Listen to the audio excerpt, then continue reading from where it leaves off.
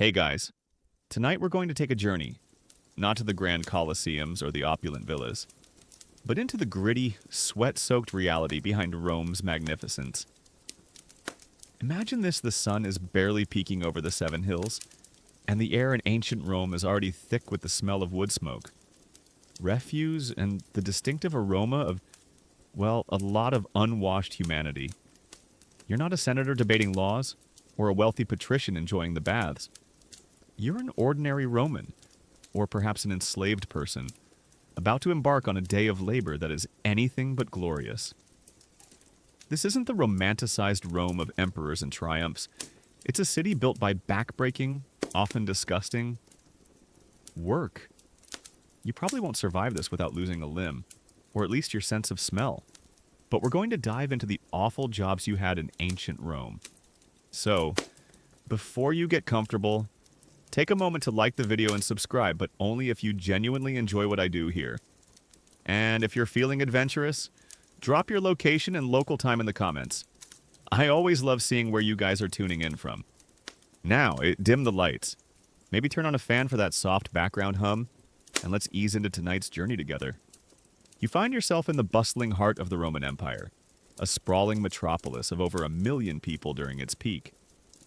Rome was a city of incredible innovation: aqueducts, massive public buildings, intricate road networks. But all of this infrastructure, every luxury and convenience, relied on an immense, often invisible workforce. This wasn't a society with gleaming factories and advanced machinery. It was a world powered by human muscle, by endless toil, and by the exploitation of countless lives. You quickly learn that while Rome might project an image of power and sophistication, its very foundations rested on a daily grind that was far from glamorous. Your social status dictates your prospects, but even for free Romans, many jobs were unpleasant. For the vast majority, particularly the poor and the enslaved, life was a continuous cycle of arduous, often dangerous labor simply to survive. The idea of a career path as you know it, with opportunities for advancement and personal fulfillment, was a distant dream for most. Instead, your life was defined by the relentless demands of a job that likely left you exhausted, exploited, and often, quite literally, covered in filth. One mainstream historical fact that immediately sets the scene is that ancient Roman society, particularly its urban centers, relied heavily on a vast and diverse workforce, largely composed of enslaved individuals and the urban poor, who performed a wide array of grueling, unsanitary, and often dangerous manual labor jobs that were essential for the functioning of the empire. From monumental construction to the disposal of waste, every aspect of Roman life depended on these unpleasant occupations. Think of all those grand Roman feats: the Colosseum, the baths, the roads. They didn't build themselves. A particularly quirky tidbit that reflects the pragmatic, yet often brutal, Roman attitude towards labor is their classification of jobs. While some intellectual pursuits or skilled crafts were respected, many essential but dirty jobs were explicitly considered sordidae artes, sordid arts, or base trades. These were jobs that involved manual labor, contact with unpleasant substances, or low social status. And they were often relegated to enslaved people or the very poorest free citizens. Imagine a job fair where certain professions were literally labeled disgusting arts. Historians still argue whether the Roman disdain for manual labor, particularly sordid jobs, primarily stemmed from their reliance on slave labor making free labor seem undignified, or if it was a deep-seated philosophical and cultural preference for intellectual and civic pursuits over physical work. A legacy inherited from Greek thought? Was it about slavery, or about philosophy, that made these jobs so awful? As you prepare for your day, you hear the distant shouts of vendors, the clatter of carts, and the general cacophony of a city awakening. But for you, it's not the promise of a new day, but the start of another shift in Rome's relentless, unglamorous workforce. Your hands, already calloused, might anticipate the feel of a heavy tool or the unpleasant texture of some foul substance. Your nose might already twitch, preemptively bracing itself for the stench that awaits. You step out into the crowded street, joining the throngs of other laborers, all heading towards their various stations in Rome's vast, uncelebrated engine room. Your journey is not one of grandeur or adventure. It is the daily grind of empire, a descent into the reality of the awful jobs that kept ancient Rome. For all its glory, running, and you're about to discover just how truly awful they could be. As your journey into Rome's unglamorous working world begins, you find yourself heading towards one of the city's essential, yet undeniably disgusting establishments, the Fuller's Workshop. Forget laundromats with their fresh-smelling detergents. In ancient Rome, cleaning clothes was a far more organic, and frankly, repulsive process, deeply reliant on a substance that will make your stomach churn human urine. You quickly learn that keeping your toga pristine came at a very high and very smelly cost. It's like discovering that your local dry cleaner operates out of a giant, perpetually overflowing toilet, and you're the one knee-deep in it. You approach the Phalonica, the Fuller's Workshop, and the smell hits you first. It's a pungent, acrid odor, a mixture of stale urine, damp wool, and something vaguely sour, hanging heavy in the Roman air. This isn't a place of pleasant scents. It's a place of chemical reactions, where the filth of society is transformed. Ironically, by even more filth. You see piles of dirty togas, tunics, and cloaks waiting to be processed, their grime adding to the overall sensory assault. The fuller's job was crucial. Romans wore wool extensively, and wool gets dirty. It absorbs sweat, dust, and all the general grime of city life. Cleaning it required a process that went far beyond simple washing. This involved steps like trampling, scouring, and bleaching, and the key ingredient for much of this was human urine, or fuller's earth, a type of clay, which was rich in ammonia. One mainstream historical fact that utterly redefines our understanding of ancient laundry is that Roman fullers' clothes cleaners extensively used stale human urine, specifically for its ammonia content, as a primary cleansing and bleaching agent for wool and linen garments, due to its effectiveness in breaking down grease and dirt. This made the Fuller's Workshop one of the smelliest, yet essential businesses in any Roman town. Imagine the process. You're standing in a large stone vat, perhaps one of several in the workshop, with dozens of other fullers. The vat is filled with clothes, water, and, yes, a generous amount of stale urine. Your job is to trample the clothes with your bare feet, stomping rhythmically on the fabric for hours. You feel the warm, slimy liquid squishing between your toes, the thick, soapy consistency of the urine-soaked mixture. The smell, so intense it makes your eyes water, is a constant, unavoidable companion. It's a full-body sensory assault, and it's your daily grind. A particularly quirky tidbit about the use of urine is that it was often collected from public latrines. We'll dive into those horrors soon, or even from pots strategically placed outside homes, demonstrating that every bit of human waste was a valuable commodity in the Roman cleaning industry. Imagine your entire civilization's laundry depending on collecting everyone's pee, and then you're the one sifting through it. Historians still argue whether the Roman reliance on urine for cleaning was primarily a pragmatic solution, driven by the lack of readily available modern detergents and chemicals, utilizing a natural and abundant resource, or if it also reflected a deeper cultural acceptance of bodily fluids as functional elements in daily life. Without the same taboos found in later eras, was it about necessity or cultural difference that made urine your primary cleaning agent? After the trampling, the clothes would be rinsed, then beaten with a stick to remove any remaining dirt. For whitening, the clothes might be placed over a burning sulfur wick, using the sulfur fumes as a bleaching agent, a process that was also dangerous and pungent. Then came the pressing and finishing, carefully folding and smoothing the garments to make them presentable again. Your hands, perpetually stained and smelling, would know every texture of the wool, every nuance of its cleanliness. The fuller's job was physically demanding, constantly on your feet, often in the cold, damp workshop, breathing in noxious fumes, The ammonia in the urine could cause skin irritation and the general unsanitary conditions, combined with constant moisture, led to skin infections and other ailments. Your hands would be raw, your feet perpetually pruned and sore, and your lungs constantly irritated by the acrid air. Despite the disgusting nature of the work, fullers provided a vital service.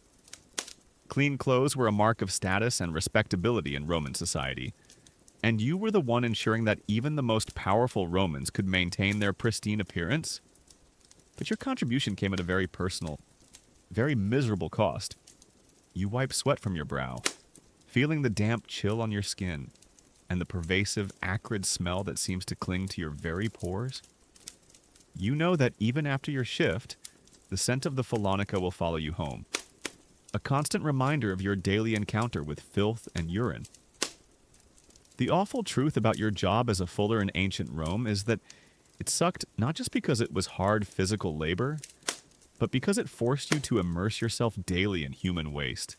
A truly disgusting profession that perfectly encapsulates the gritty, unglamorous reality behind Rome's impressive facade, all to ensure those togas stayed gleaming white. Having spent your morning knee-deep in stale urine at the fuller's workshop, your day of unglamorous Roman labor leads you to another, equally vile essential service, the public latrine cleaner. Forget the gleaming porcelain conveniences of modern restrooms.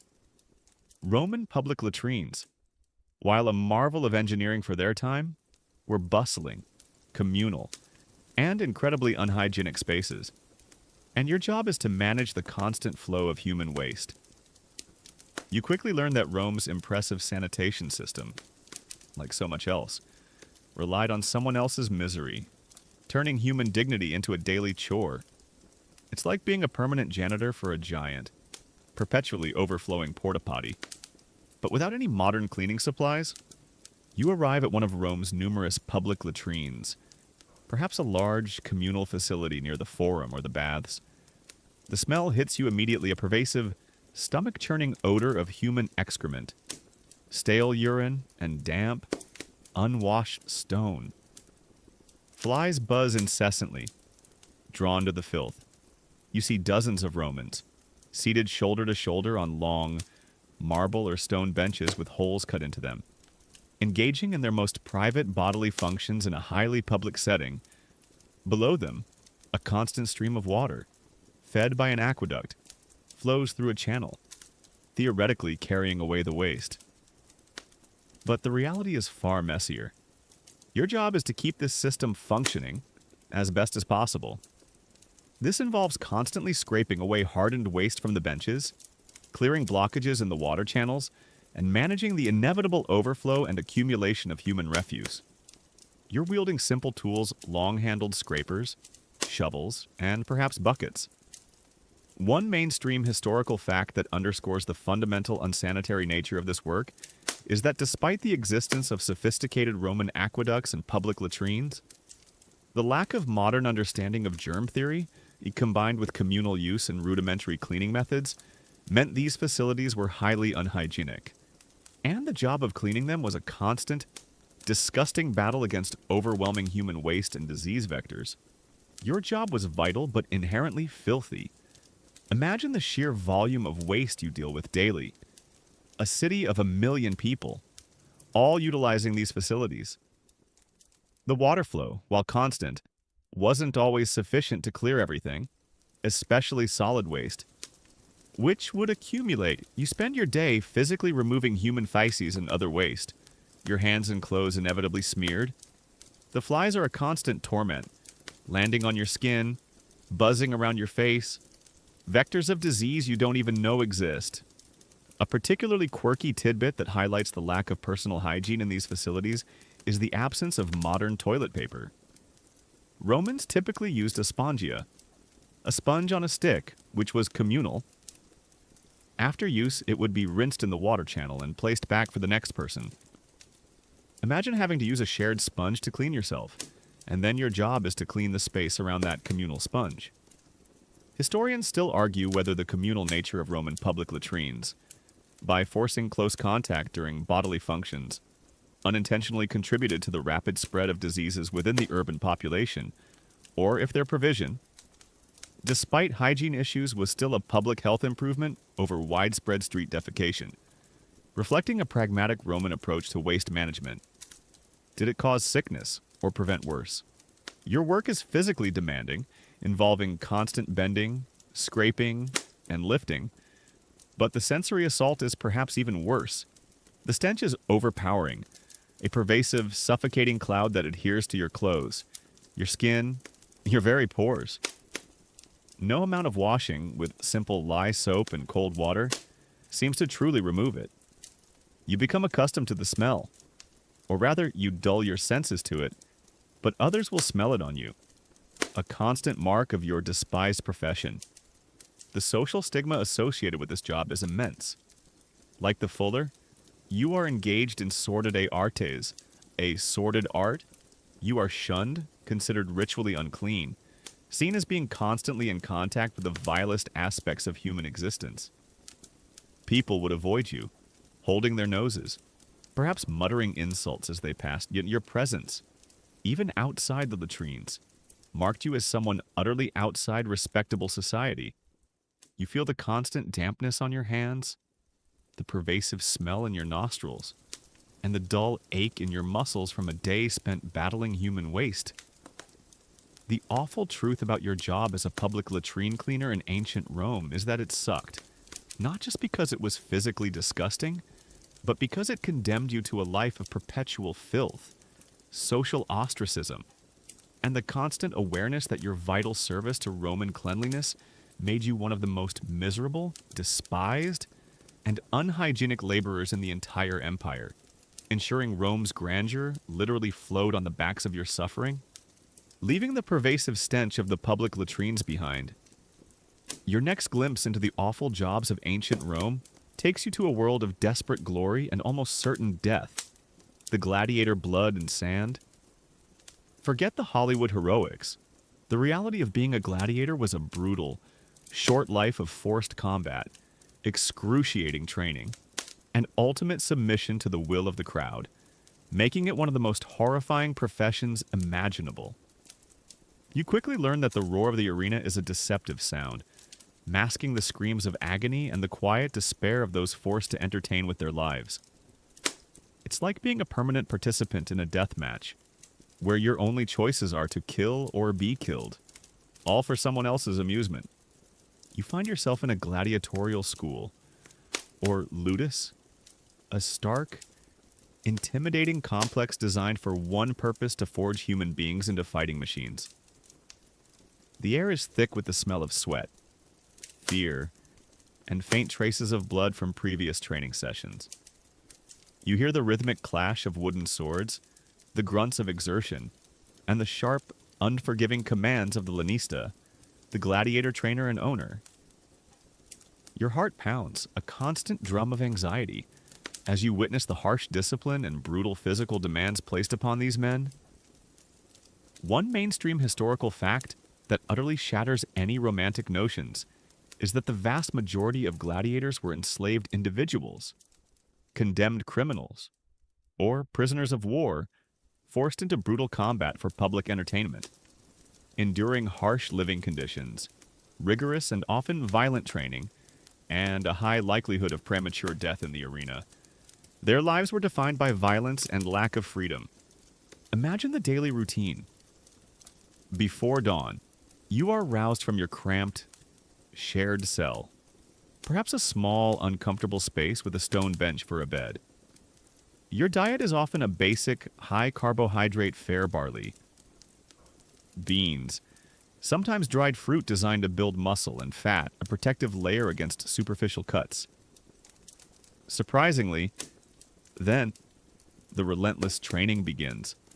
Hours spent drilling with heavy wooden weapons, practicing formations, learning to fight with different types of armor and weaponry like the net and trident of the retiarius, or the heavy sword and shield of the murmillo. Your body is constantly aching, bruised, and scarred. A particularly quirky tidbit about gladiatorial training is the use of harudes, wooden training swords that were significantly heavier than actual fighting swords. This was intended to build incredible strength and endurance, making real combat weapons feel lighter and faster by comparison. Imagine training for a fight by constantly swinging around a lead pipe, just to make the actual fight feel easier. Historians still argue whether the apparent care given to gladiators' physical well-being through diet and training indicates a pragmatic investment in valuable assets, or if it reflects a subtle, albeit brutal, respect for their courage and skill that transcended their status as mere property, acknowledging their role as essential entertainers. Were they just tools or grudgingly admired athletes? The discipline of the ludus is absolute. The lanista is a ruthless master, demanding unquestioning obedience. Punishment for insubordination, laziness, or cowardice is swift and brutal, often involving flogging or public humiliation. You are constantly reminded that your life is not your own. It belongs to your owner, to the arena, and ultimately, to the crowd. The ultimate test comes in the arena itself. You are paraded before thousands of roaring spectators. Your senses overwhelmed by the noise, the smells, blood, sweat, wild animals, and the blinding sunlight. The combat is swift, brutal, and often brief. You face another gladiator, or perhaps a wild beast. The roar of the crowd dictates your fate, their thumbs up or thumbs down deciding whether you live or die.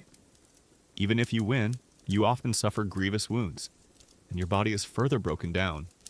Injuries are common and often gruesome. Swords hack, nets entangle, tridents pierce. The arena floor is a grim canvas for blood and sand. There are no modern surgeons to save you. A gladiator doctor might patch you up with rudimentary knowledge and instruments. But infection, gangrene, and slow, agonizing death from internal injuries are common.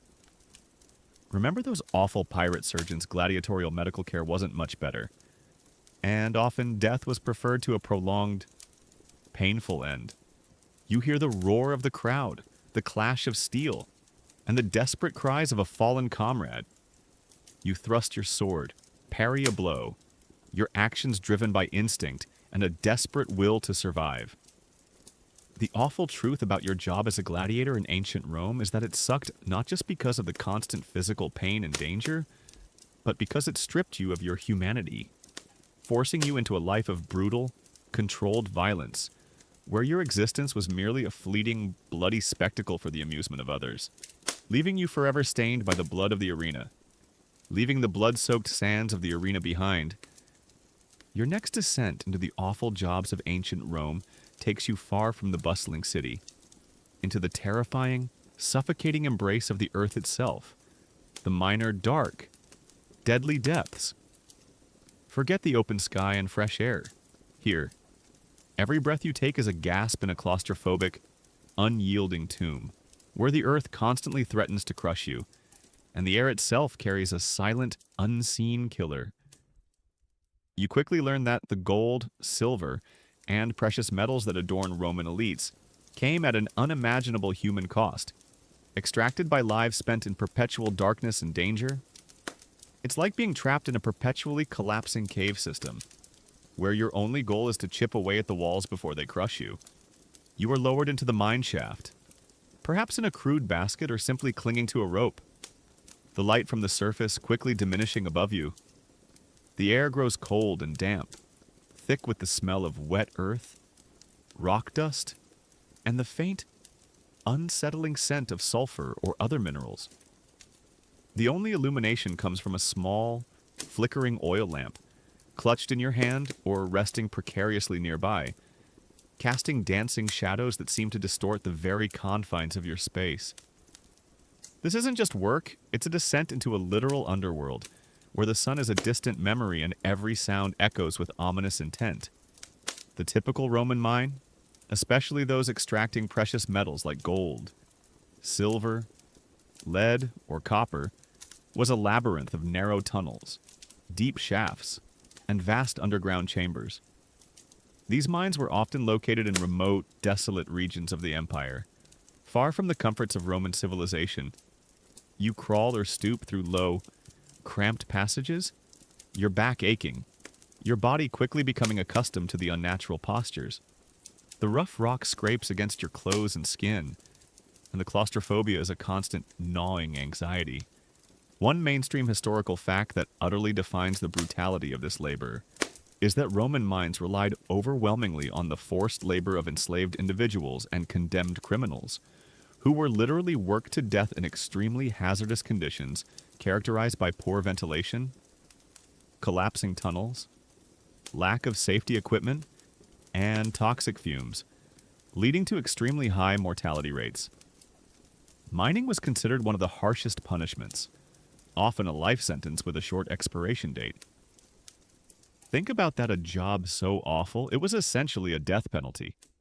Imagine the deafening noise, the constant clink, clink, clink of dozens of pickaxes striking rock, the scraping of shovels, the rhythmic thud of mallets on wedges, the creak and groan of timber supports, constantly straining under the immense weight of the earth above, the drip of water, collecting in muddy puddles. These sounds fill the darkness, a constant symphony of human toil and geological pressure, a particularly quirky tidbit that reflects the brutal, yet sometimes effective, Roman mining techniques is fire setting. This involved heating the rock face with large fires, then rapidly cooling it with water, causing the rock to crack and shatter, making it easier to extract. Imagine working in a mine where large fires are deliberately set, filling the tunnels with smoke and heat, all just to loosen the rock faster. Historians still argue whether the Romans' impressive scale of mineral extraction, despite their primitive technology, was primarily due to the sheer volume of expendable forced labor they could deploy, or if their ingenious engineering techniques like fire setting and efficient drainage systems played a more significant role in their success. Even if these methods were dangerous, was it manpower or cleverness that extracted so much from the earth? The air quality is atrocious. Fine dust from drilling and breaking rock hangs perpetually, coating your lungs and causing a persistent cough. In some mines, toxic fumes from mineral deposits, like sulfur or lead, would fill the air, slowly poisoning you. Ventilation was rudimentary, often relying on deep shafts or bellows, but never sufficient to clear the air entirely. You often feel dizzy, nauseous, and lightheaded, signs of the invisible gases slowly poisoning your body. Cave-ins are a constant, terrifying threat. The wooden props supporting the tunnels are often flimsy or hastily constructed. A sudden tremor, a shift in the rock, and tons of earth could collapse, burying you alive. You hear stories of entire work gangs vanishing in an instant, their screams swallowed by the roaring earth. Rescue efforts, if attempted, were almost always futile, as digging through a collapsed tunnel was too dangerous and time-consuming. Your body is constantly aching, bruised, and scarred. Your hands are raw from the tools. Your lungs burn. Your eyes strain in the perpetual gloom, constantly searching for any sign of danger. You are utterly at the mercy of the mine owner, his overseers, and the unforgiving earth. The awful truth about your job as a miner in ancient Rome is that it sucked not just because it was physically grueling, but because it condemned you to a life of perpetual darkness, toxic air, and the constant crushing threat of death, reducing you to a mere tool for extracting wealth from the deadly depths of the earth. Leaving the suffocating darkness of the mines, you emerge into a different kind of oppressive reality, one that permeated every aspect of Roman society, from the grandest villas to the grimiest workshops, slave property, not person. This wasn't merely a job, it was a state of being, an utter lack of freedom that subjected countless individuals to a life of relentless toil, arbitrary cruelty, and complete dehumanization. You quickly learn that for a significant portion of Rome's population, life wasn't about choosing an awful job. It was about being an awful job, treated as a tool, an asset, utterly disposable at the whim of your owner. It's like being a piece of furniture that can walk and talk, your entire existence dictated by the will of its owner.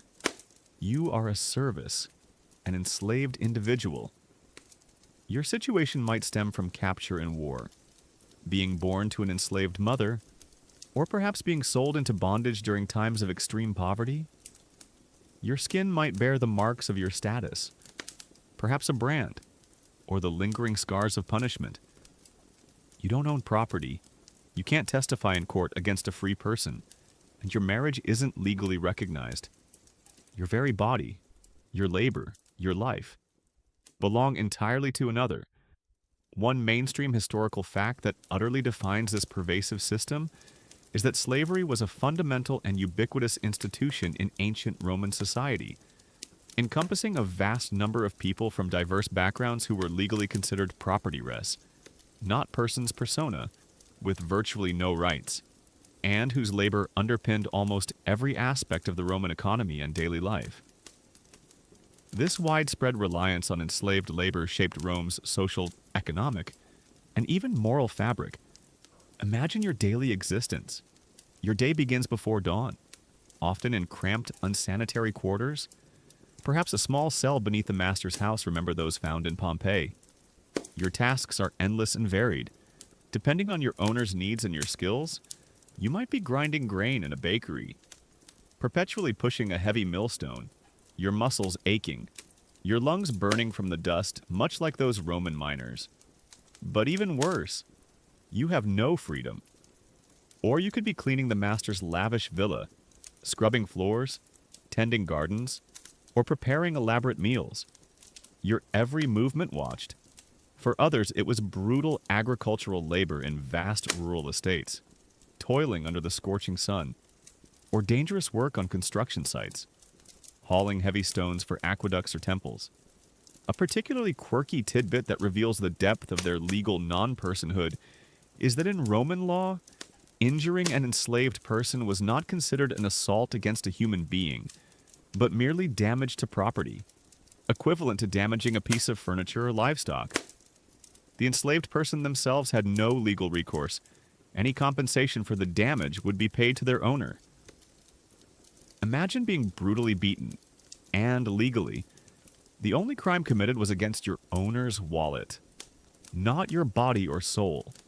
Historians still argue whether the Roman practice of manumission, the freeing of enslaved individuals, which was relatively common, primarily functioned as a genuine pathway to upward mobility for the enslaved and a means to integrate them into Roman society, or if it was more of a strategic tool for owners to incentivize loyalty and create a dependent class of freedmen who still owed them extensive social and economic obligations.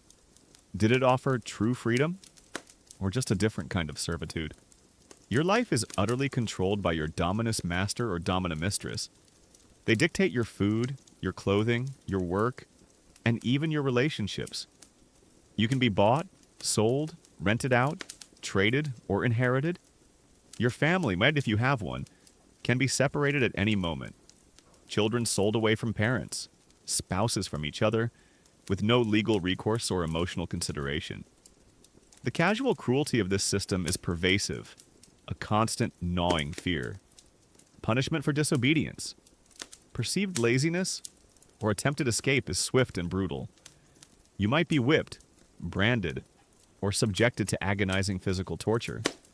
Your body, technically property, can be abused without fear of legal reprisal for the owner. You learn to move with efficiency, to keep your eyes down, to obey without question. For even a flicker of defiance can bring immense pain. Even the most skilled enslaved individuals, those who were tutors, doctors, architects, or administrators, remained property. Their intellectual contributions and talents ultimately served their owners, not themselves.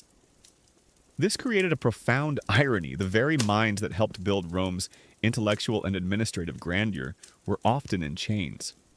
You feel the constant weight of forced labor, the ache in your muscles, and the far heavier burden of utter powerlessness. You observe the free Romans around you, their daily concerns seeming trivial in comparison to your own lack of fundamental rights. The awful truth about your job, your life, in ancient Rome is that it sucked not because of a specific task, but because you were reduced to property, stripped of your humanity. condemned to an existence defined by the will of another.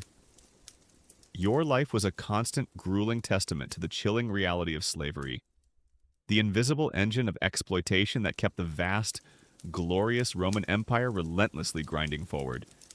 Having glimpsed the pervasive misery of enslavement, your next encounter with an awful Roman job plunges you into a truly pungent corner of their culinary world, the garum maker stench of fermentation. Forget delicate aromas of herbs and spices.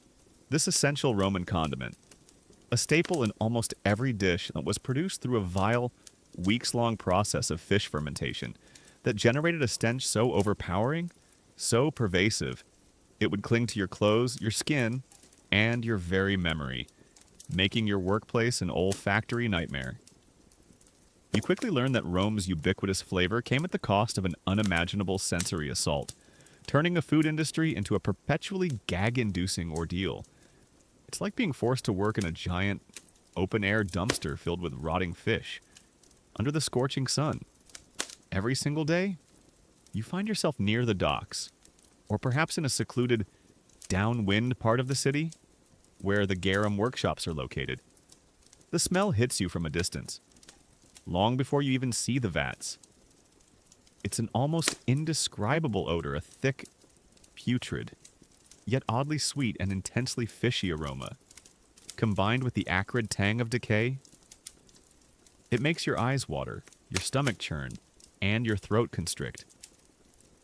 This isn't a fleeting smell, it's a pervasive, clinging presence that infuses every molecule of air around you. Your job, whether you are a free laborer or, more likely, an enslaved person, remember them, is to be a part of this nauseating production line. Garum was a fermented fish sauce, akin to modern-day Asian fish sauces, used extensively by all social classes in ancient Rome to flavor everything from meat and vegetables to fine wines. It was the ketchup, the salt, and the Worcestershire sauce of the Roman world, all rolled into one pungent liquid. Its ubiquity meant a constant demand, and thus a constant, vile production. One mainstream historical fact that utterly defines the nature of this job is that garum, the ubiquitous Roman fish sauce, was produced by fermenting large quantities of whole fish, often small, oily varieties like anchovies or sprats with salt, herbs, and spices in large outdoor vats under the sun for several weeks or months. A process that generated an intensely foul and pervasive odor throughout the production areas. This made the garum workshop one of the most notoriously offensive workplaces in the Roman Empire. Imagine the raw ingredients, massive piles of small, unsorted fish, often including their guts, scales, and blood. These would be thrown into enormous open-air vats, often made of stone or terracotta, along with a copious amount of salt and various aromatic herbs and spices, which, honestly, did little to mask the main stench.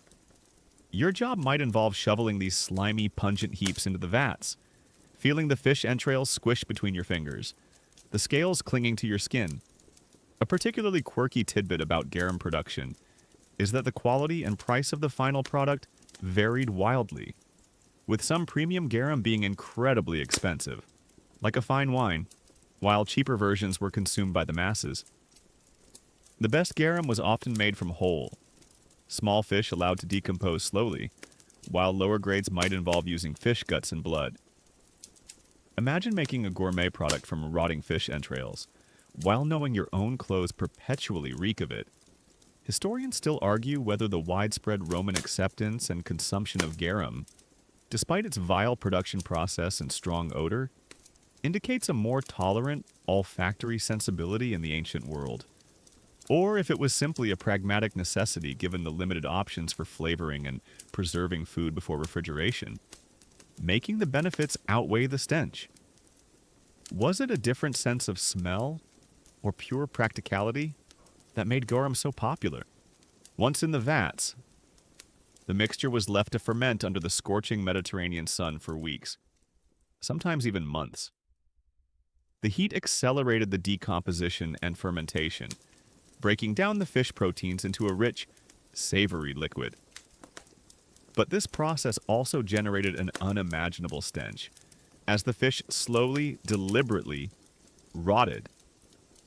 You would tend to these vats, stirring the putrid mixture, ensuring the fermentation was progressing correctly.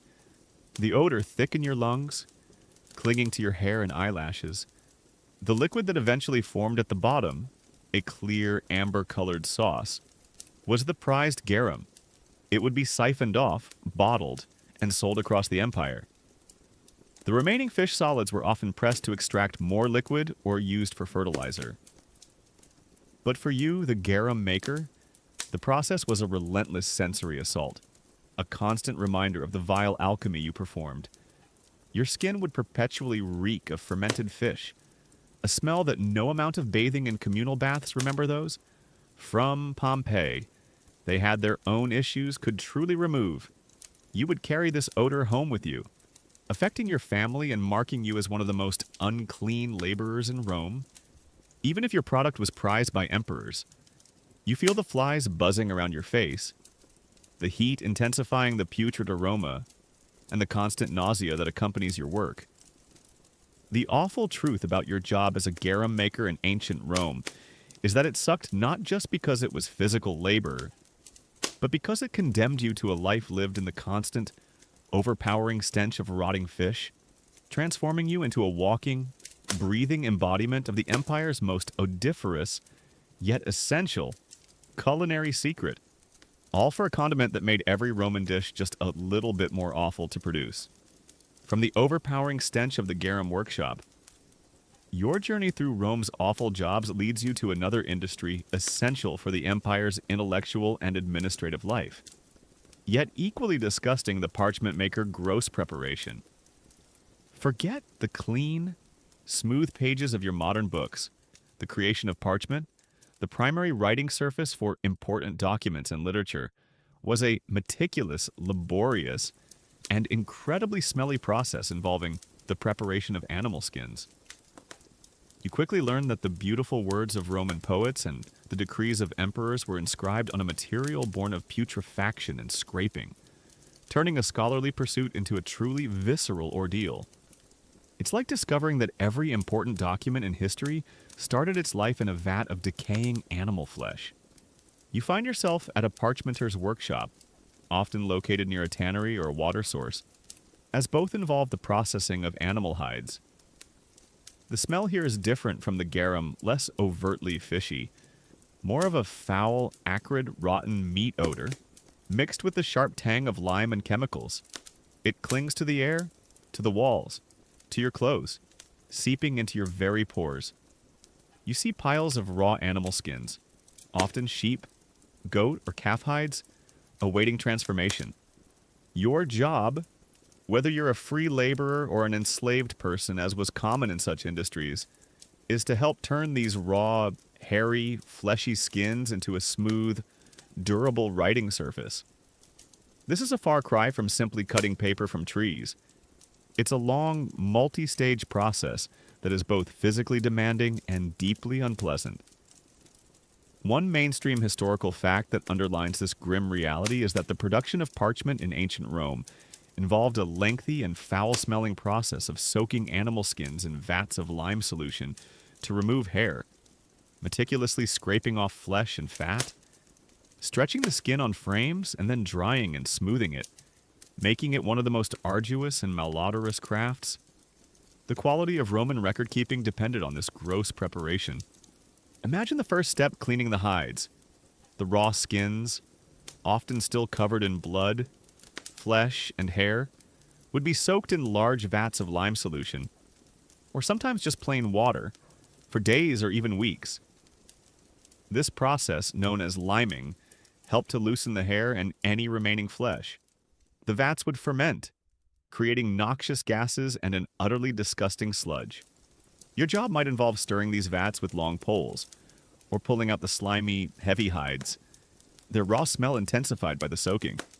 A particularly quirky tidbit that highlights the hands-on nature of this repulsive work is the use of a curved, blunt knife or scraper to remove the hair and flesh from the hides. You would stretch the skin taut over a curved wooden beam, then lean into the work, scraping off every last bit of hair, fat, and muscle from both sides of the hide. Imagine the sheer physical effort, the repetitive motion, and the disgusting texture of the material you're working with. All day long, historians still argue whether the transition from papyrus to parchment as the preferred writing material in the Roman Empire was primarily driven by parchment's superior durability and ability to be written on both sides, making it more practical for books and official documents, or if it was also influenced by shifts in trade routes and the availability of papyrus, which was mostly imported from Egypt. Was it about practicality or supply chain shifts? After liming and scraping, the skins would be thoroughly rinsed, then stretched taut on wooden frames. This stretching was crucial to prevent the skin from shrinking as it dried and to ensure a smooth, even surface. You'd use pegs and ropes to pull the hide incredibly tight, making sure there were no wrinkles or imperfections. This part of the process required strength and precision, as too much tension could tear the skin. As the stretched skin dried, it would be repeatedly scraped with another tool, a half-moon-shaped knife called a lunellum, to remove any remaining imperfections, smooth the surface, and ensure an even thickness.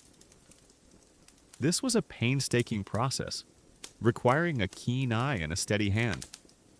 The surface might then be rubbed with pumice stone or chalk to make it even smoother and more receptive to ink. The air in the workshop would be a constant assault on your nose, the putrid smell of raw hides and lime solution, the acrid scent of hair and flesh being scraped away. Your hands would be perpetually wet, often immersed in foul liquids, and stained with the remnants of animal carcasses. This was a job that promised no glamour, no comfort, only the satisfaction of creating an essential yet utterly repulsive product. You feel the strain in your arms, the constant dampness on your clothes, and the pervasive stomach-churning stench that clings to your very being. The awful truth about your job as a parchment maker in ancient Rome is that it sucked, not just because it was physically demanding, but because it condemned you to a life lived in the constant, overpowering reek of decaying animal parts. Every beautifully inscribed scroll, every imperial decree, carried the unseen legacy of your disgusting toil. A chilling reminder that the empire's literacy and administration were built on a foundation of truly gross preparation. Leaving behind the putrid smells of the parchmenter's workshop, your path now leads you to a job that, while less overtly disgusting, was equally, if not more, brutal in its physical demands, the road builder back-breaking toil.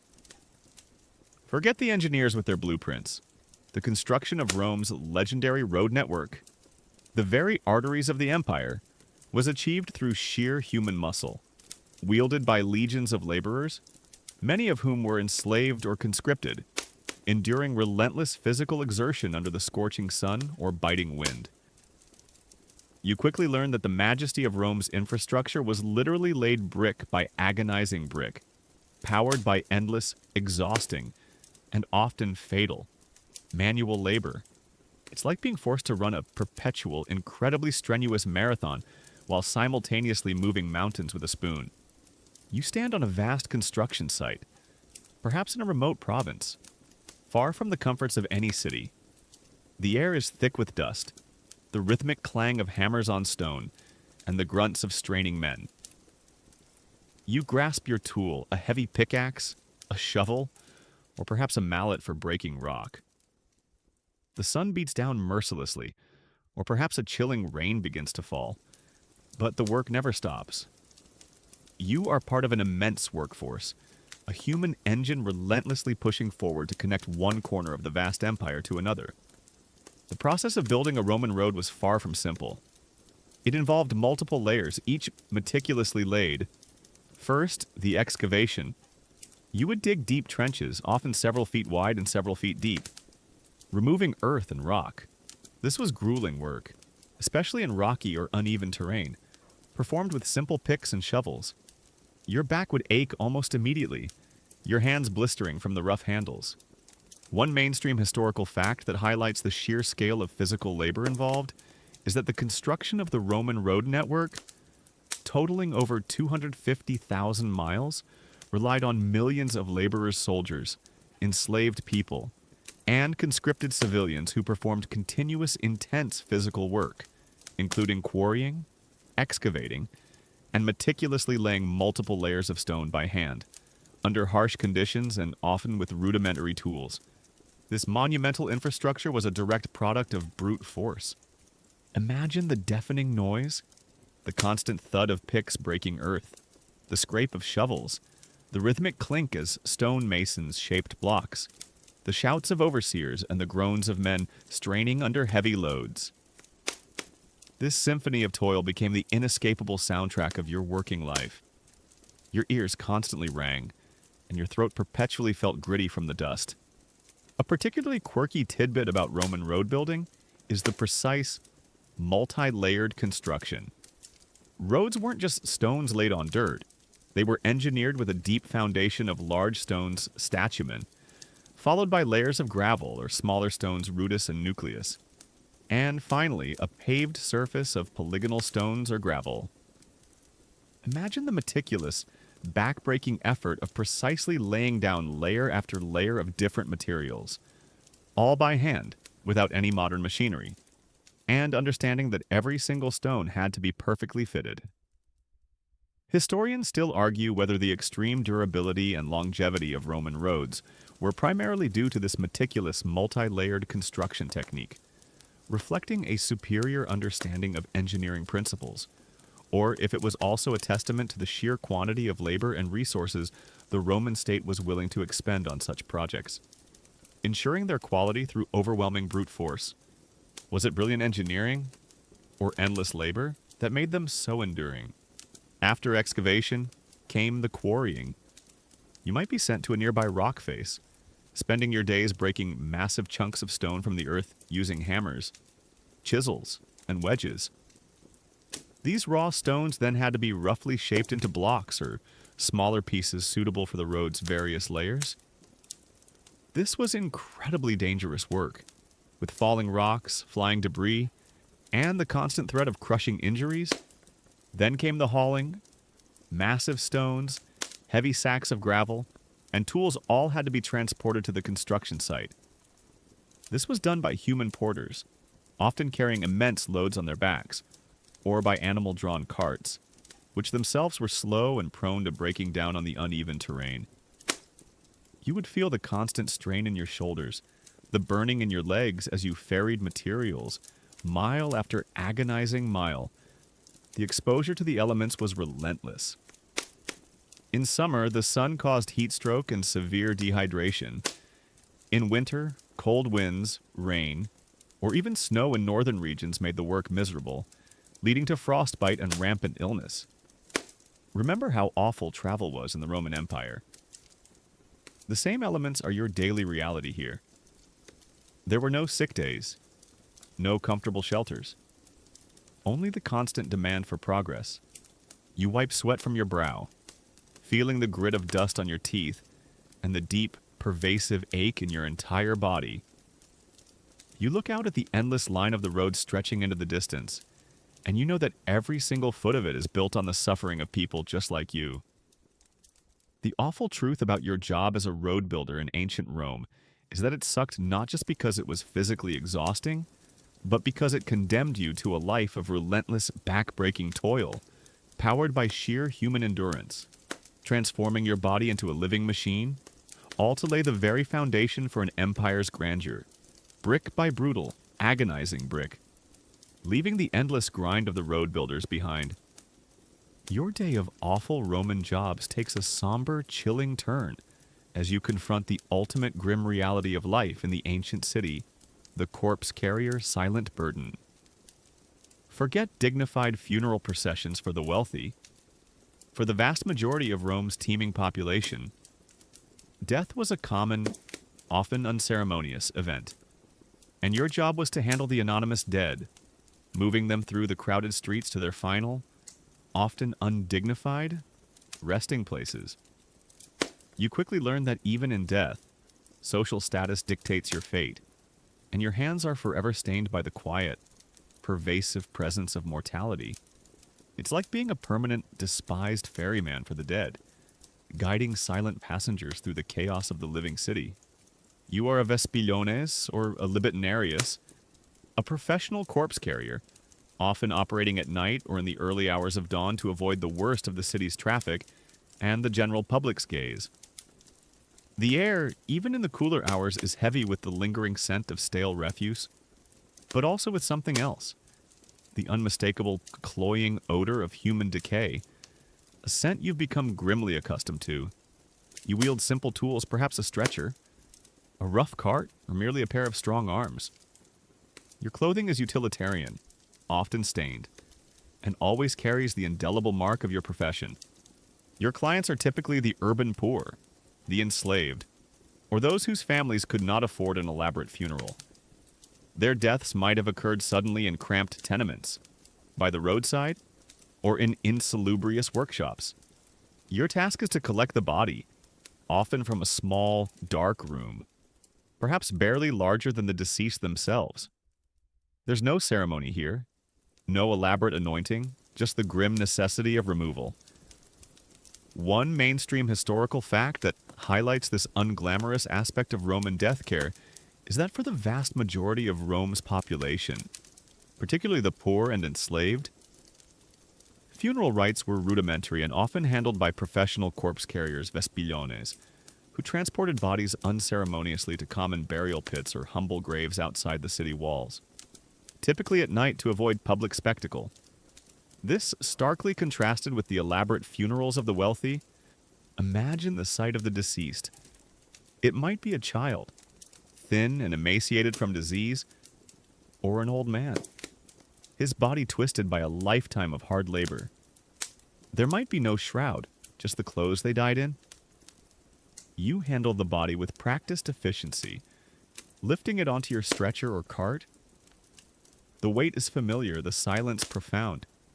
You are a silent witness to countless unremarked endings, a collector of forgotten lives, a particularly quirky tidbit that reflects the low status and necessary, yet reviled, nature of your job is that Vespiliones were often categorized with other unclean professions, like undertakers who managed the entire funeral due to their constant contact with the dead.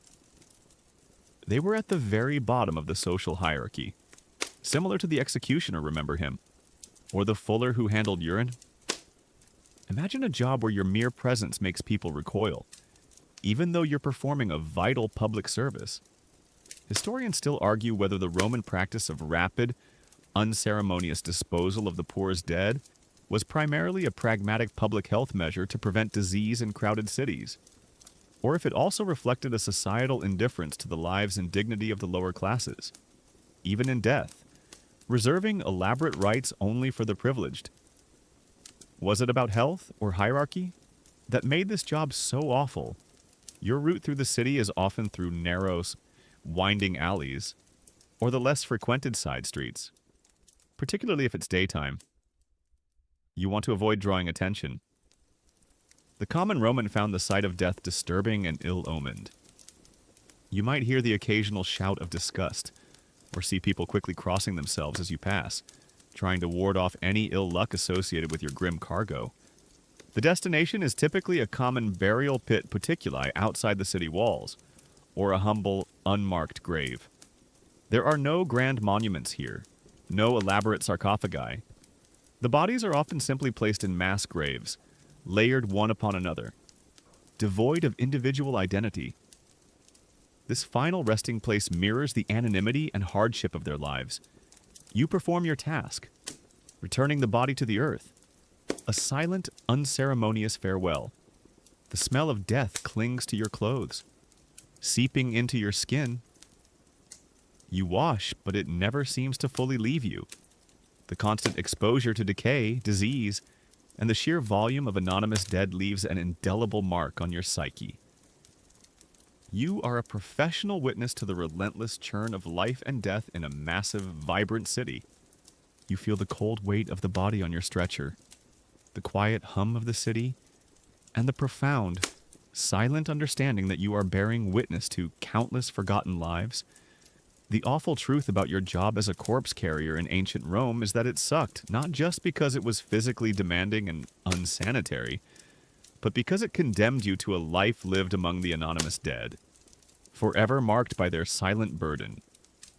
Your indispensable service ensured the city's grim order, but at the cost of your own dignity and peace, a constant, chilling reminder that even in death, Rome's grand spectacles often obscured the quiet, miserable reality of its unseen laborers, leaving the quiet, somber burden of the dead behind. Your journey through Rome's awful jobs now turns to a profession that existed in the vibrant, yet often cruel, intersection of desire, necessity, and exploitation, the prostitute vulnerable. Exploited. Forget the romanticized courtesans of fiction.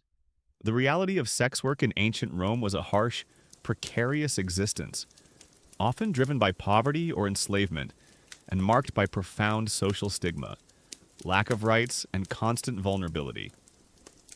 You quickly learn that for many, survival in this complex society meant selling not just their labor, but their very bodies, often with little choice and even less dignity. It's like being forced into a public performance where your body is the stage, and every interaction carries a hidden price of shame and danger. You find yourself navigating the crowded streets of Rome, perhaps near the bustling port, or in a less reputable district near the Subura. You might spot women lingering in doorways or hear suggestive whispers from the entrances of taverns and brothels. The air is thick with the cacophony of the city, but underneath it all, there's a subtle, unsettling hum of desperation and transaction. Your perspective is that of someone observing, but also understanding the systemic forces at play, perhaps even having to partake in such a life.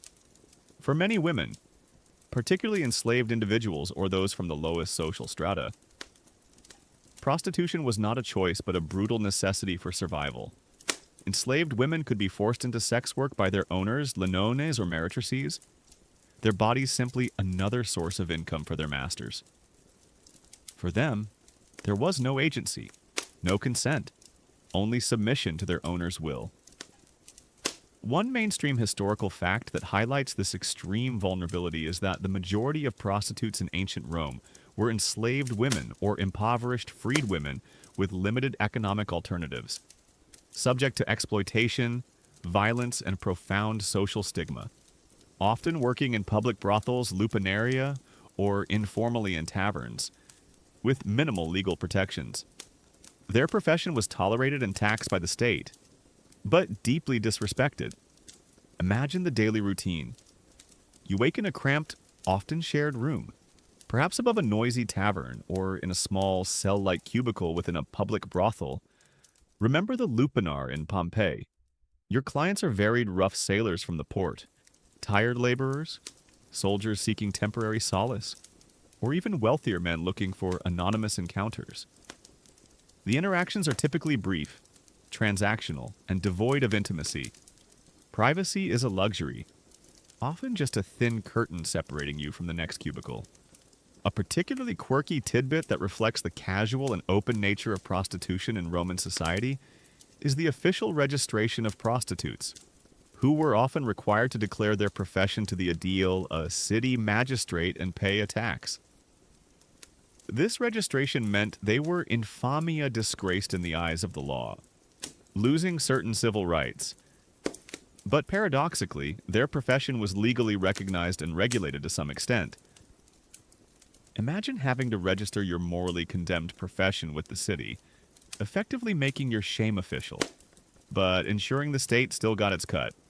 Historians still argue whether the Roman state's approach to prostitution tolerating it, regulating it, and taxing it, but socially stigmatizing it was primarily a pragmatic way to manage an inevitable social phenomenon and generate revenue, or if it also served as a tool for social control. Clearly delineating acceptable sexual outlets for men while reinforcing patriarchal norms and the subjugation of certain women. Was it pragmatism or a system of control that shaped this awful job? Your body is a commodity. You face the constant risk of violence from drunken or abusive clients, with little legal recourse. Disease, particularly venereal disease, was rampant and incurable, a silent companion that slowly ravaged your health. Physical injuries, infections, and chronic ailments were common, leading to a short, often painful, life. There was no medical care as you know it, no understanding of prevention beyond basic hygiene, which itself was often lacking in these environments. The social stigma is profound. You are ostracized from respectable society, your reputation ruined, your family ties often severed. While male clients from all social classes might frequent brothels, they would never acknowledge their presence publicly, and certainly would never consider marriage to a woman in your profession.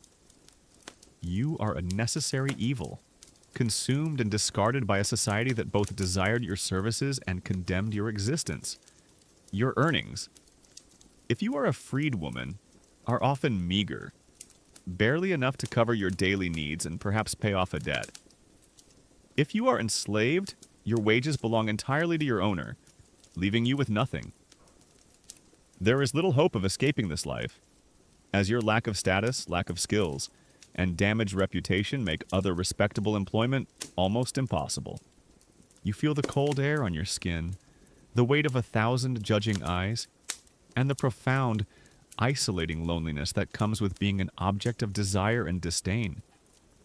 The awful truth about your job as a prostitute in ancient Rome is that it sucked not just because of the physical risks and the constant exploitation, but because it condemned you to a life stripped of dignity, a perpetual state of vulnerability and social contempt, where your body was your only commodity, and your existence was a constant testament to the harsh, unforgiving realities of survival in Rome's complex, often cruel, social hierarchy, leaving the precarious existence of the prostitute. Your journey through the awful jobs of ancient Rome now takes you into the heart of its culinary world, a place of intense heat, pervasive soot, and constant danger. The brazier, cook, soot, and fire. Forget the gleaming, spacious kitchens of modern times. Ancient Roman cooking was a hot, smoky, and often unhygienic ordeal, where the constant threat of fire, burns, and suffocation was a daily reality. You quickly learned that preparing even the simplest Roman meal meant enduring a relentless assault on your senses and your body, turning a basic necessity into a truly miserable profession. It's like being trapped in a perpetually burning barbecue pit, where your only job is to constantly feed the flames and avoid setting yourself on fire. You find yourself in a Roman kitchen, perhaps in a modest domus, a public thermopolium fast food stall, or a bustling bakery. The air is thick with smoke from wood-fired ovens or charcoal braziers, stinging your eyes and catching in your throat. The heat is intense, radiating from multiple open flames, making the small space stifling and sweat-soaked. The pervasive smell is a mixture of burning wood, roasting meat or often burning fat, and the underlying aroma of general kitchen grime. Your job, whether you are an enslaved cook cocus in a wealthy household or a free laborer preparing food for sale, involves constant proximity to fire. Ancient Roman kitchens rarely had chimneys or proper ventilation systems as we know them. Smoke and soot would fill the room, coating every surface, your clothes, your hair, and your lungs. You constantly cough, your eyes water, and your skin is perpetually grimy from the black particulate matter. One mainstream historical fact that highlights this pervasive hazard is that ancient Roman kitchens and food preparation areas, lacking modern ventilation, were extremely smoky, hot, and unhygienic, forcing cooks and brazier operators to work in conditions of constant exposure to soot, open flames, and the risk of burns, respiratory illness, and accidental fires. The simple act of cooking was inherently dangerous. Imagine bending over a brazier, a portable charcoal stove, its glowing embers radiating intense heat onto a metal pot or grill. You constantly fan the coals, adjusting the heat, your face flushed and sweating, your hands maneuvering hot utensils. For baking bread, you'd be tending a large enclosed brick oven, shoveling in wood, managing the roaring flames, and then sliding in heavy loaves of dough with long paddles, constantly exposed to blasts of scorching heat. A particularly quirky tidbit about Roman cooking conditions is the constant struggle with vermin. Despite the heat, kitchens were often infested with flies, cockroaches, and rats, drawn by food scraps and general unsanitary conditions. Imagine trying to prepare a meal, constantly swatting away flies, and knowing rats are scurrying just out of sight. It certainly adds a repulsive layer to ancient Roman cuisine. Historians still argue whether the common occurrence of food poisoning and various ailments in ancient Rome was primarily due to the lack of refrigeration and improper food storage, leading to spoilage, or if the pervasive unhygienic conditions in kitchens and the handling of food with unwashed hands were equally, if not more, significant contributors to widespread illness among the populace. Was it spoiled ingredients or filthy practices that made dining risky? The risk of burns is constant. Your hands, perpetually calloused, might still suffer from accidental contact with hot metal, glowing coals, or scalding liquids. Sparks could fly, igniting your clothes or nearby flammable materials. Larger kitchens, especially those in public bathhouses or industrial bakeries, presented the added risk of major fires, which could quickly spread through densely packed Roman buildings. You're always on alert, constantly assessing the flames, wary of uncontrolled heat. Beyond the immediate physical dangers, the long-term health effects were severe.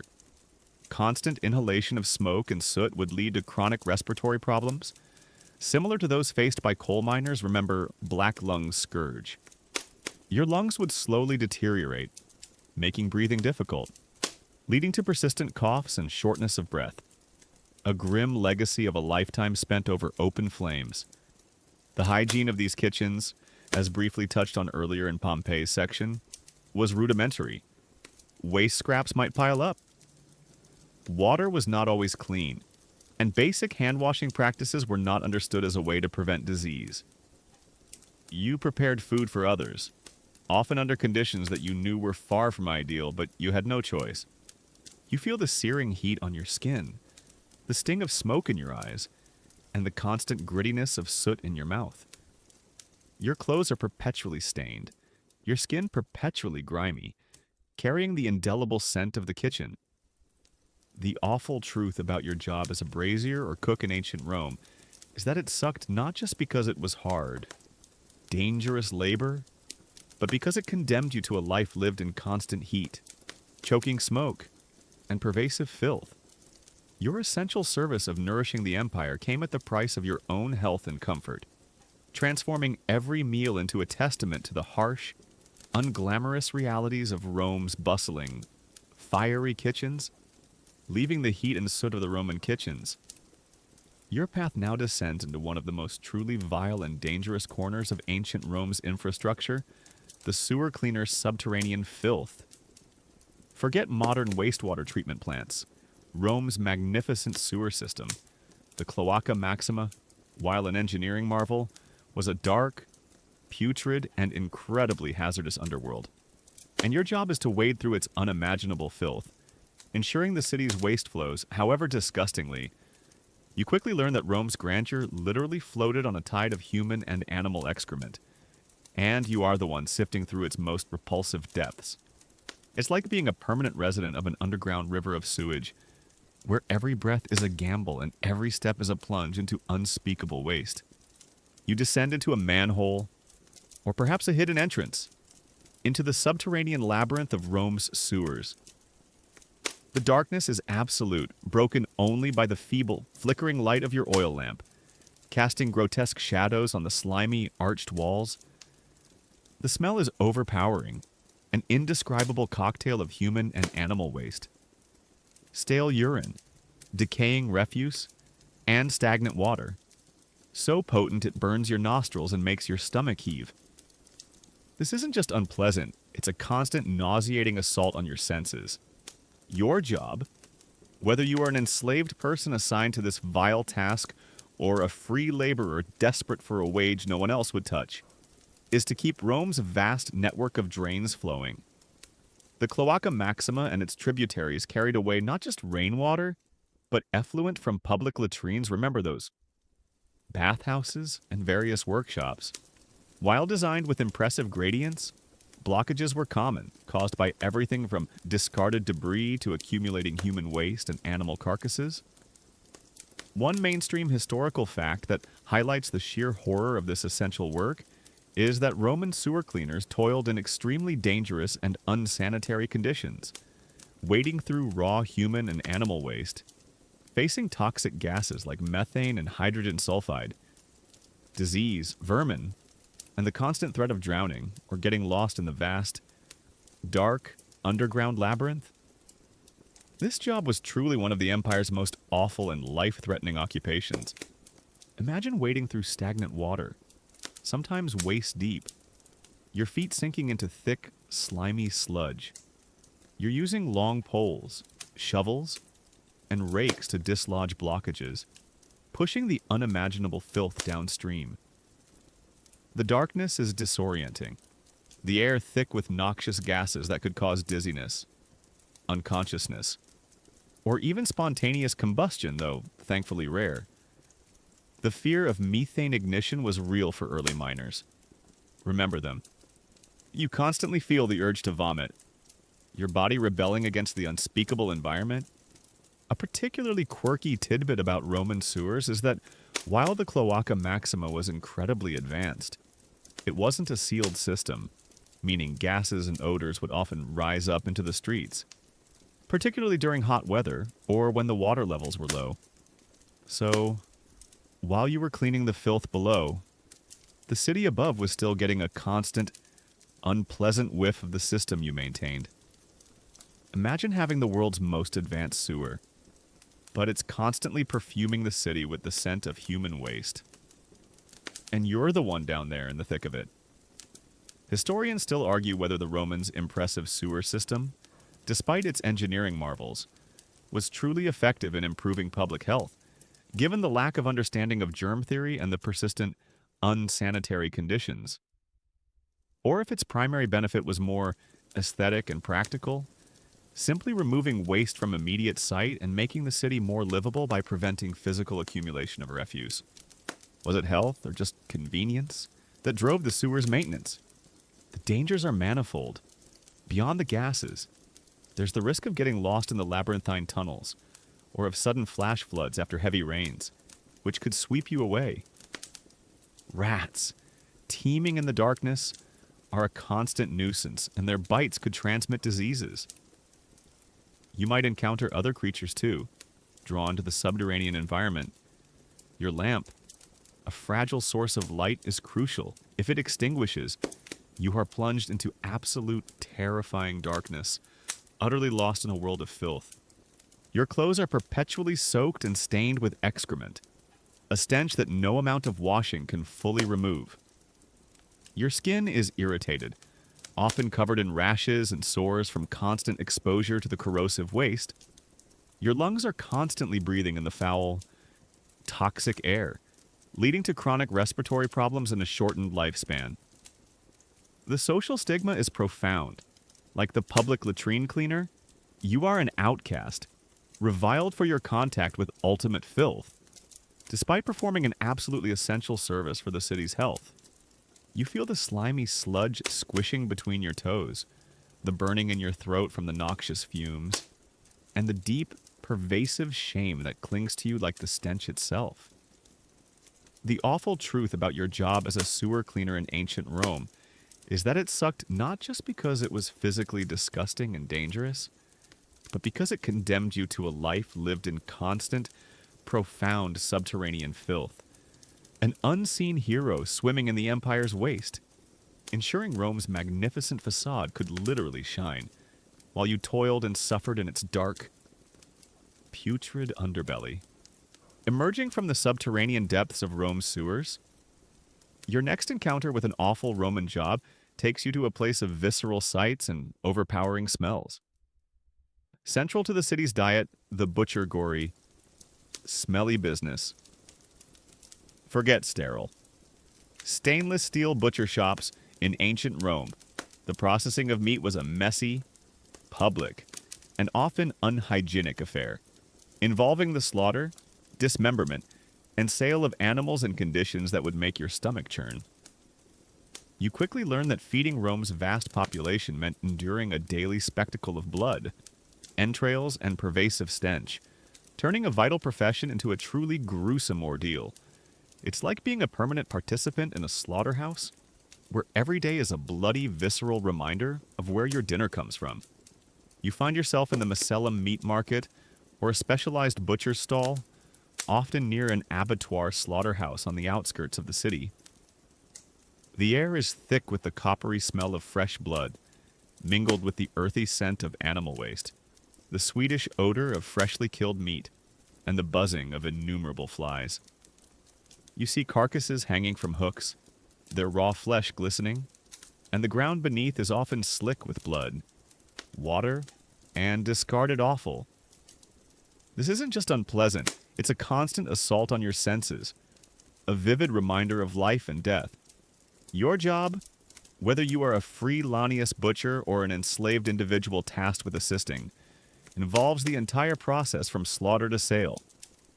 Animals, cattle, pigs, sheep, goats would be brought directly to the slaughterhouse or market. The butchering methods were often brutal and efficient, designed for quick dispatch and processing. This involved stunning, throat cutting, and then bleeding out the animals. You are constantly exposed to the sights and sounds of animal death, a reality that quickly dulls any initial squeamishness. One mainstream historical fact that highlights the visceral nature of this profession is that ancient Roman butchers performed the full process of animal slaughter, butchering, and sale in public or semi-public spaces, operating in unhygienic conditions with limited waste disposal, leading to pervasive smells, the presence of blood and offal, and significant risks of disease transmission. The butcher's trade was essential but widely considered a base profession due to its messy and bloody nature. Imagine the sheer physical demands. You wield heavy axes, cleavers, and sharp knives, expertly cutting through bone, muscle, and sinew. Your hands are perpetually covered in blood, grease, and fragments of tissue. The work is precise, yet powerful, requiring immense strength and skill to break down a large carcass efficiently. The constant stooping, lifting, and chopping leave your muscles aching by the end of your shift. A particularly quirky tidbit about Roman butchers is the practice of selling not just cuts of meat, but also every conceivable part of the animal, including entrails, heads, and feet. These offal were cheaper and vital sources of protein for the poor, but their handling added to the overall mess and smell of the butcher's trade. Imagine not only having to slaughter the animal, but then meticulously preparing its stomach lining or brains for sale, all in the open air.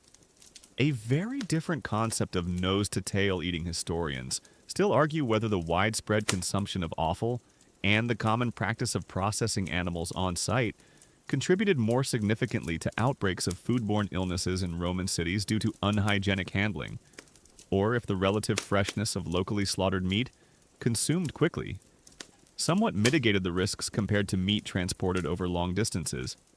Was it about comprehensive utilization or increased disease risk that drove these practices? Hygiene in these ancient butcher shops was rudimentary at best. Waste products, blood, guts, bones, would often be piled up before eventual disposal, attracting swarms of flies and vermin. The ground, as mentioned, was perpetually slick, making falls a constant danger.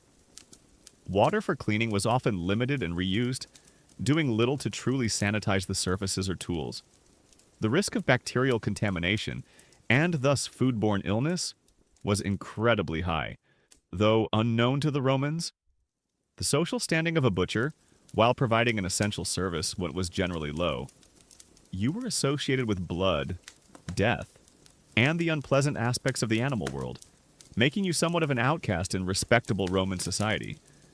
Similar to other unclean professions, your clothes would perpetually carry the telltale smell of your trade, a permanent marker of your grisly work. You feel the sharp edge of your cleaver, the heavy weight of a carcass as you hoist it onto a block, and the constant, overwhelming smell of blood and guts. The awful truth about your job as a butcher in ancient Rome is that it sucked not just because it was physically demanding and dangerous, but because it condemned you to a life immersed in the gory, smelly business of death and dismemberment. Your vital role in feeding the empire came at the price of your own sensory assault and social standing, transforming you into a visceral, indispensable part of Rome's daily grind, forever marked by the indelible stain of blood and the pervasive stench of the abattoir.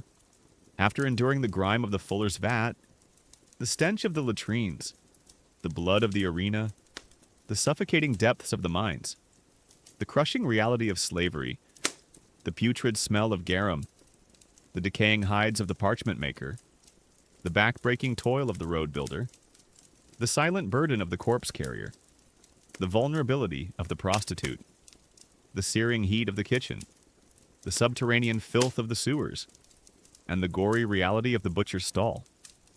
You finally emerge to confront the complex and enduring legacy Roman grit, human cost. The grandeur of ancient Rome, its monumental achievements, its vast empire, were all built upon the relentless, often horrifying labor of countless individuals whose misery is often unseen in the glittering narratives of history. You realize that the very foundations of Western civilization were laid not just by brilliant minds, but by aching backs, calloused hands, and shattered lives. It's like admiring a magnificent statue, only to discover it's held together by the unseen sweat and suffering of thousands who chipped away at its raw material. You reflect on the vastness of the Roman Empire, its impressive cities, its enduring infrastructure. The aqueducts still stand, the roads still trace paths across Europe, and the ruins of the Colosseum still inspire awe. These were monumental achievements, a testament to Roman ingenuity, organization, and the sheer scale of their ambition. One mainstream historical fact that highlights this impressive duality is that the celebrated achievements and enduring legacy of the Roman Empire, including its vast infrastructure, sophisticated administration, and cultural contributions, were fundamentally underpinned by a massive workforce, predominantly enslaved and impoverished, who performed arduous, dangerous, and often disgusting labor, representing an immense human cost. Rome's glory was built on the backs of its laborers. Imagine the sheer number of people involved in maintaining such a civilization. Every toga needed to be fullered. Every street needed to be swept. Every sewer cleaned.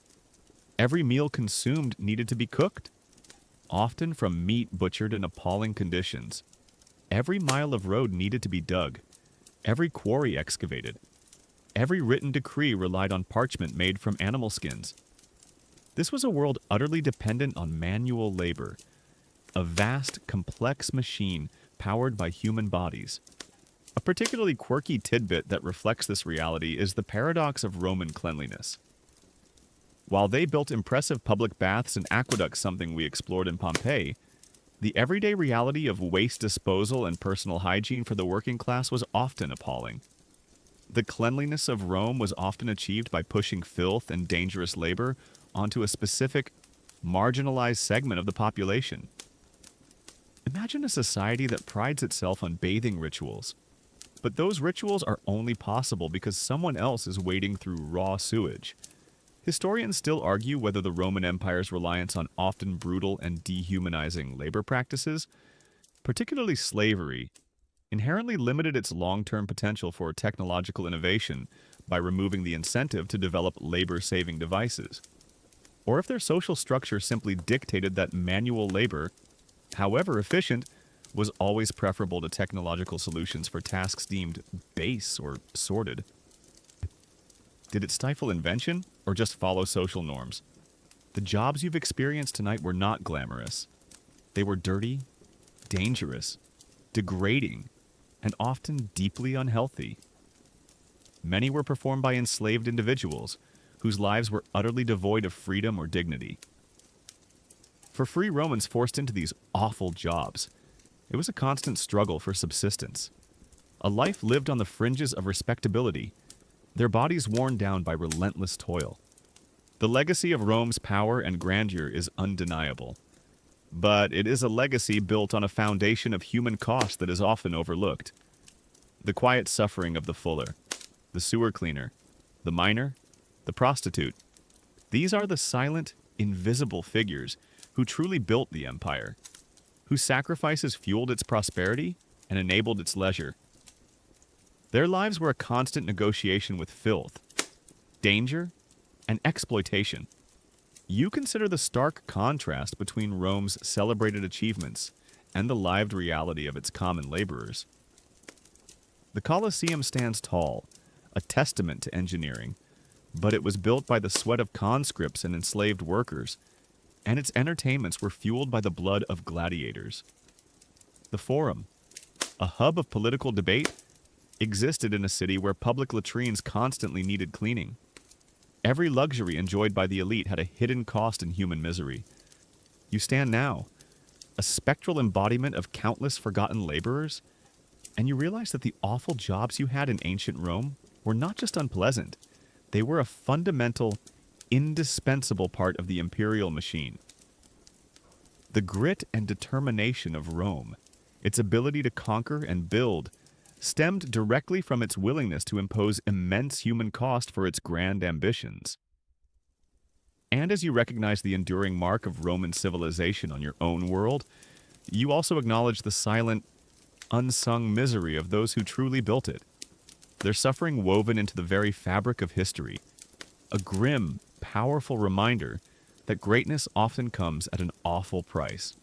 Now, as the sounds of ancient Rome fade, the smells of its workshops dissipate, and the echoes of its laborers grow quiet, let the stillness of your room embrace you, the discomforts of those arduous jobs, the lurking dangers, and the historical realities are safely in the past, part of a history that now dissolves into the gentle hum of your fan. You've journeyed through a world of unglamorous toil, and now, it's time for you to find your own peaceful rest. Let your mind unwind, your muscles relax and sink into a deep, undisturbed sleep, far from the daily grind of empire. End of script. Sweet dreams.